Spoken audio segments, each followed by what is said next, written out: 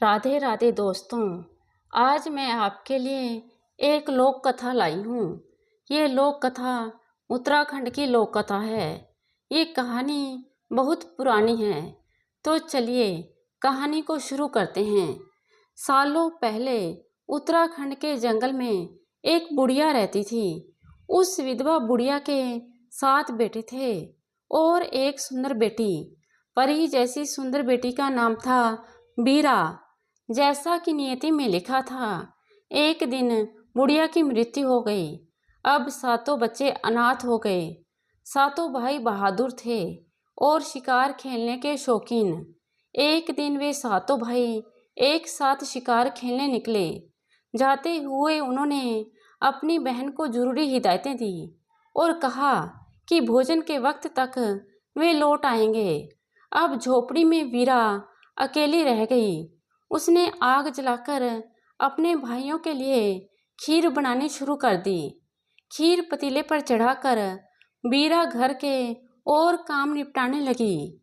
उसे खीर के उबलने का ध्यान ही नहीं रहा। थोड़ी देर के बाद खीर उबलकर चूल्हे में गिर गई। इस वजह से चूल्हे की आग बुझ गई। ये वो दौर था जब लोग पत्थर घिसकर आग जलाते थे। अक्सर लोग एक दूसरे से शाम के वक्त आग मांगकर लाते थे। अब बीरा बहुत परेशान हो गई। वह क्या करे? वह आग कैसे जलाती? पड़ोस में कोई घर भी नहीं था जहाँ से वह थोड़ी आग मांगकर ले आती। वह अपने घर से निकल पड़ी। कोई घर मिले तो वहाँ से आग मांगकर चूल्हा दोबारा जलाए और खीर बना सके।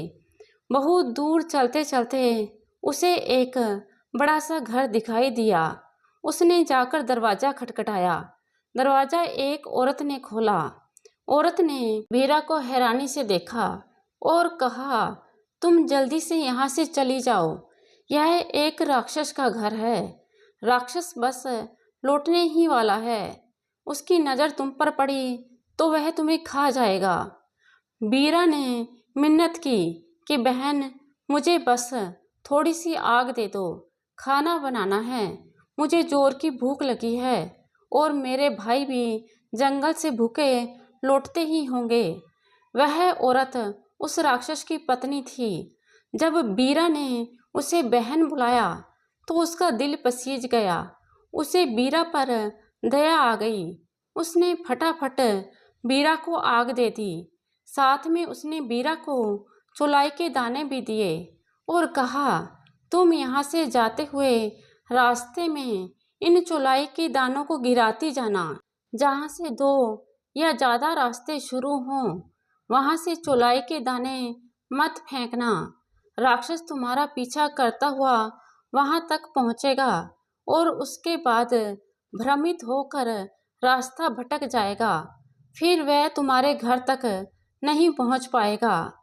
याद रखना, इस चौलाई को भी अपने घर तक मत लेकर जाना, नहीं तो राक्षस वहीं पहुँच जाएगा।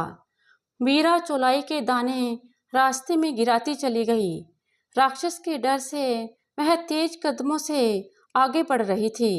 भय के कारण वह राक्षस की पत्नी की यह बात भूल गई कि उसे चौलाई के दाने घर तक नहीं गिराने हैं। गलती से उसने पूरे रास्ते भर चौलाई के दाने गिरा दिए। इतना ही नहीं, वह बचे हुए दाने अपने घर भी ले गई। अब राक्षस अपने घर लौटा तो उसे इंसान की गंध आने लगी। वह समझ गया कि जरूर कोई मनुष्य मेरे घर पर आया है। उसने अपनी पत्नी से पूछा, इंसान की गंध आ रही है, क्या मेरी गैर मौजूदगी में कोई इंसान हमारे घर आया था? उसकी पत्नी ने साफ मना कर दिया, यहाँ तो कोई भी नहीं आया।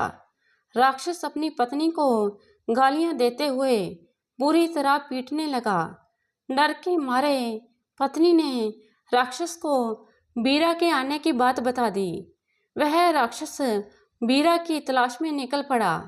वह चौलाई के बीचों का पीछा करता हुआ वीरा की झोपड़ी तक पहुंच गया। झोपड़ी में वीरा अब तक अकेली ही थी। उसके भाई नहीं लौटे थे। बीरा ने अपने सातों भाइयों का खाना 7 थालियों में परोसकर रखा हुआ था। राक्षस को देखकर वह बुरी तरह से डर गई और पानी के पीपे में छिप गई। राक्षस ने 7 थालियों का सारा खाना खा लिया। खाना खाने के बाद वह पानी पीने के लिए पीपे की तरफ बढ़ा। पीपे का सारा पानी पीने के बाद उसने वहां छिपकर बैठी बीरा को भी पकड़ लिया। वह बीरा को जिंदा ही खा गया। इतना सारा खाना खा पीकर राक्षस को नींद आने लगी। वह झोपड़ी के दरवाजे के पास ही सो गया। कुछ देर में जब बीरा के भाई जंगल से लौटकर आए तो उन्होंने देखा एक राक्षस दरवाजे के पास सो रहा है। उन्होंने बीरा को घर के हर कोने में ढूंढा पर वह ना मिली। उन्हें यह समझते देर नहीं लगी कि जरूर इस राक्षस ने ही उनकी बीरा बहन को खा लिया है। सभी भाइयों ने गुस्से में राक्षस पर हमला कर दिया। उन्होंने राक्षस के हाथ पैर काट डाले, फिर उसका पेट फाड़ दिया।